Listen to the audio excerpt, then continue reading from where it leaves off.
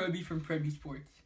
Now, the Boston Celtics got the #1 seed in the Eastern Conference, but though they did that, they don't seem like a superior, scary team in the playoffs. However, I still think they will easily win their first round series against the Chicago Bulls. And here's why. Now, let's first start with the Bulls.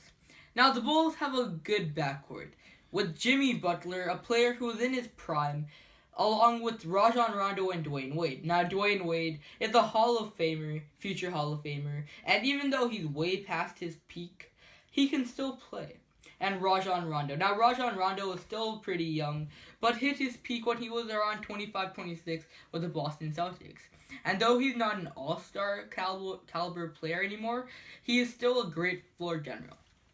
But where Chicago's weakness looms is in their front court.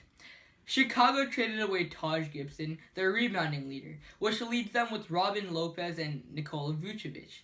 Now, even though these players aren't very bad, they failed to crash the glass, with Robin Lopez leading the Bulls in rebounds with an average of 6.5 rebounds per game. To put this into perspective, Russell Westbrook is a point guard and just this past season averaged 10 rebounds per game. Now, Boston's front court isn't superior either, but they have Al Horford, who is an all-star center. So I think Boston will win this series largely because of their front court. But also, one more reason why Boston will win this series is because of their shooting. Now, even though Chicago has a good backcourt, both Rondo and Wade were never great free throw shooters. We're never get great free throw or three-point shooters. And with the Celtics being very efficient, I think shooting is going to be another thing that puts them on top.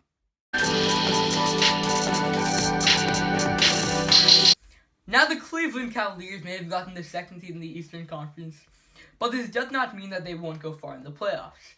Their first round opponent is the Indiana Pacers, a team that finished off the season with 5 straight wins to get them into the playoffs. Now, the Indiana Pacers are good because of their superstar Paul George, a player who is very versatile and can shoot as well as drive to the basket. But apart from Paul George, the Pacers do not have many very reliable scorers. Yes, they have Jeff Teague, a player who was an all-star on the Atlanta Hawks, but he is far past his peak. And against the Cleveland Cavaliers, I don't think they'll hold up very well against the defensive and offensive trio of Kevin Love, Kyrie Irving, and LeBron James. With that said, one thing that many have admired about the Indiana Pacers in the past few years is their ability to not give up and push series to 6-7 games against very good teams. Because of this, I don't see Indiana giving up against the Cavs and I see Indiana stopping them in every way they could, pushing the series to 6 games. Cleveland in 6. Now, the Toronto Raptors got the 3 seed in the Eastern Conference, but a good seed does not guarantee a playoff win. And though the Milwaukee Bucks are only the 6th seed in the Eastern Conference, I think they have a pretty good chance of beating the Toronto Raptors in this Eastern Conference playoff series, and here's why. 2 words: Giannis Antetokounmpo. His name may be long, and so is his wingspan. Giannis is a 6'11" small forward who thrives when he's playing point guard. He is a player of the stereotype of LeBron James and Magic Johnson, a tall player who is fast and can distribute the ball. Giannis is a freak athlete who is the fastest player on the Bucks. He leads them in every statistical category, and just like Russell Westbrook or LeBron James, is a player who in the future will probably average a triple-double. Giannis is one of the younger players in the NBA and is a big step forward for the future generation. And though this is only his second year in the playoffs, I think Giannis Antetokounmpo will thrive in this playoff setting. With all eyes on him, I think he'll lead the Bucks in scoring, assists, rebounding, steals, and blocks this playoff series, and carry them on his back and lead them to a win against the Raptors. Now, the series between the 4th and 5th place team in the Eastern Conference will be between the Atlanta Hawks and the Washington Wizards.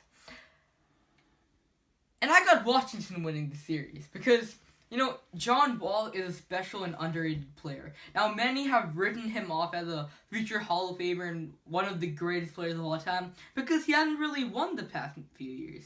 But now he has a capable team. And I think this will bring him far. Now, John Wall averaged 23 points per game in the regular season, and he was matched by his teammate, Bradley Beal, who also averaged 23 points.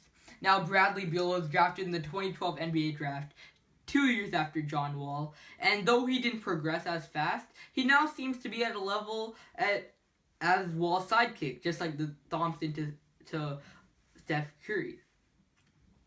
Now, because of this, I think the Washington Wizards are too dangerous in the backcourt, and because of this, there will be too much for the Atlanta Hawks. My prediction, Wizards sweep.